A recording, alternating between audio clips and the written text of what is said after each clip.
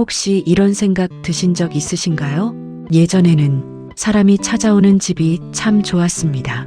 초인종 소리만 울려도 반갑고 현관문 앞에 누군가 서 있다는 사실만으로도 괜히 마음이 따뜻해졌지요. 명절이면 북적이는 소리가 좋았고 친구들이 예고 없이 들러도 그저 웃으며 밥 한 끼 더 차려냈습니다. 젊을 때는 사람이 많은 집이 복이라고 믿었습니다. 외로운 것보다야 낫고 혼자 있는 것보다야 좋다고 생각했지요. 그런데 나이가 들수록 조금씩 다른 마음이 생깁니다. 이상하게도 사람이 다녀가고 나면 더 피곤하고 시끌벅적한 시간이 지나간 뒤에는 오히려 깊은 허무함이 남는 날이 많아집니다. 젊을 때는 몰랐지만 나이 들수록 사람은 몸보다 마음이 먼저 지친다는 걸 알게 됩니다. 그리고 어느 순간부터 집이 달라집니다. 예전에는 단순히 사는 공간이었다면 이제는 내 숨을 돌리는 공간이 됩니다. 밖에서 받은 피로를 풀고 세상 눈치에서 잠시 벗어나고 내 속도로 살아갈 수 있는 마지막 장소가 되지요. 아무 말하지 않아도 되고 억지로 웃지 않아도 되고 누군가 비위를 맞추지 않아도 되는 곳. 노년의 집은 그저 벽과 가구가 있는 공간이 아닙니다. 내 존엄이 머무는 곳입니다. 그래서 나이 들수록 아무나 집에 들이면 안 된다는 말을 뒤늦게 이해하게 됩니다. 노후의 가장 위험한 사람은 낯선 사람이 아닐 때가 많습니다. 오히려 오래 알고 지낸 사람, 가까운 가족, 편하다고 생각했던 사람이 내 삶의 균형을 흔드는 경우가 많지요. 왜냐하면 사람은 혼자 들어오는 것이 아니기 때문입니다.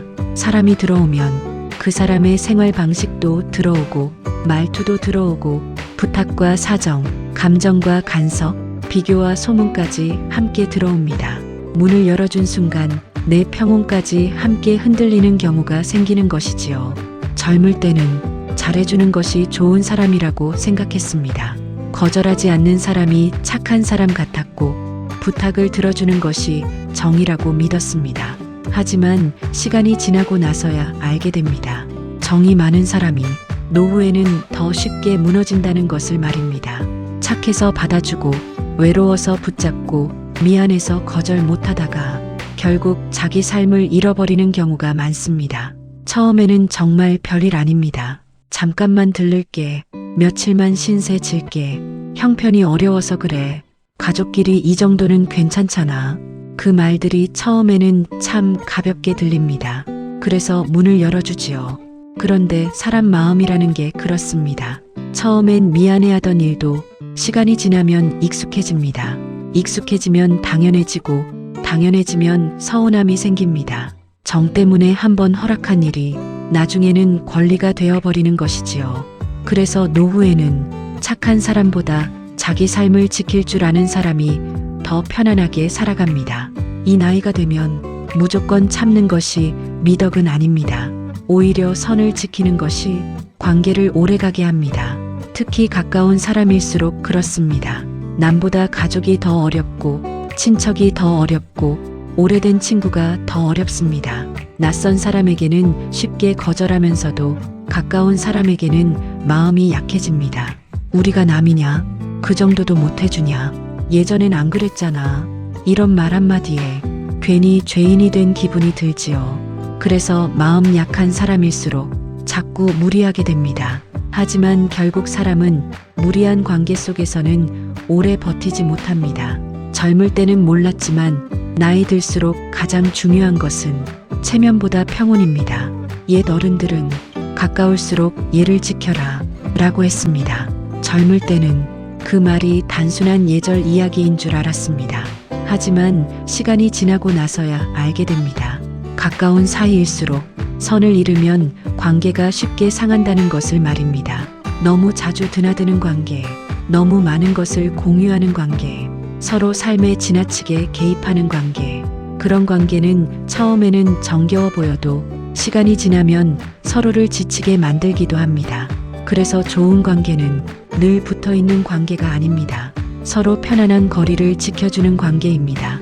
가끔 연락해도 반가운 사람, 오랜만에 만나도 부담 없는 사람, 내 형편을 캐묻지 않는 사람, 집안 사정까지 알려고 하지 않는 사람, 그런 사람이 오히려 오래갑니다. 반대로 지나치게 가까워지려는 사람은 조금씩 내 삶 안으로 깊이 들어옵니다. 그리고 어느 순간 내 생활 리듬이 흔들리기 시작하지요. 노후에는 생활 리듬이 참 중요합니다. 언제 자고, 언제 일어나고, 언제 밥 먹고, 언제 조용히 쉬는지가 몸과 마음을 버티게 합니다. 그런데 누군가 자꾸 드나들면 그 리듬이 무너집니다. 괜히 신경 쓰이고, 괜히 맞춰주게 되고, 괜히 쉬어도 쉬는 것 같지 않습니다.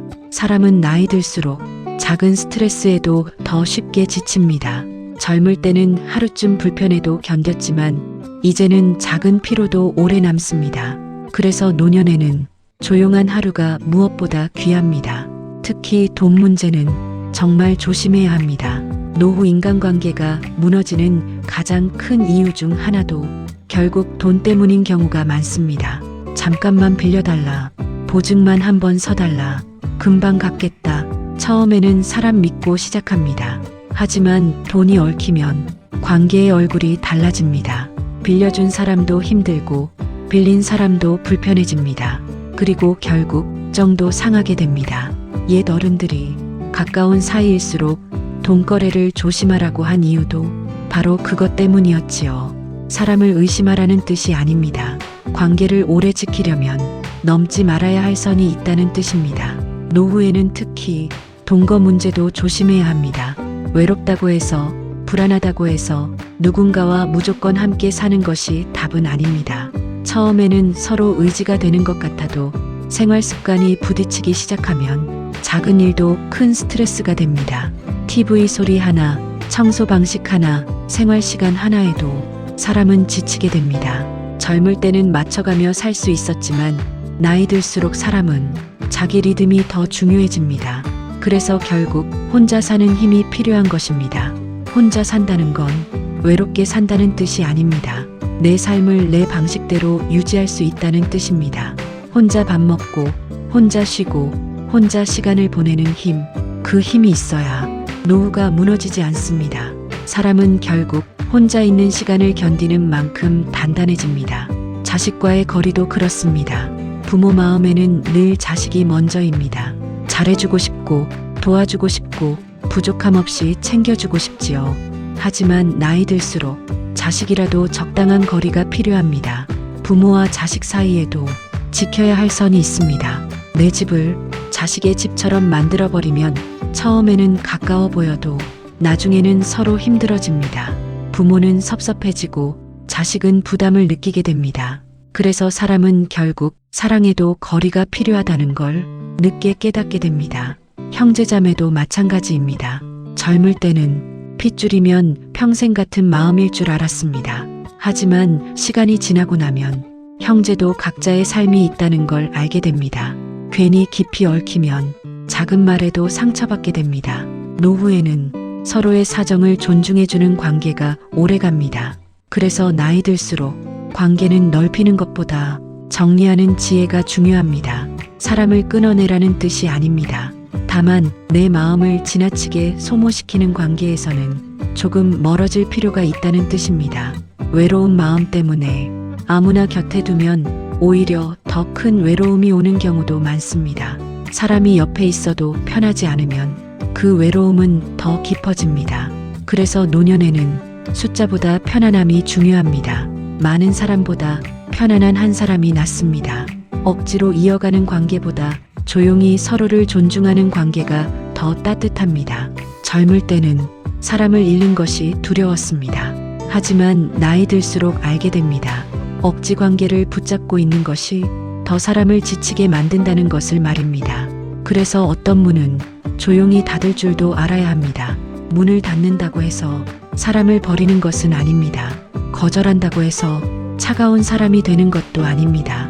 오히려 내 삶을 지키기 위한 조용한 용기입니다. 이번에는 조금 어렵겠습니다. 혼자 있는 시간이 필요합니다. 마음만 받겠습니다. 이런 말도 나를 지키는 힘이 됩니다. 젊을 때는 끝까지 참는 사람이 좋은 사람인 줄 알았습니다. 하지만 시간은 결국 다른 것을 가르쳐 줍니다.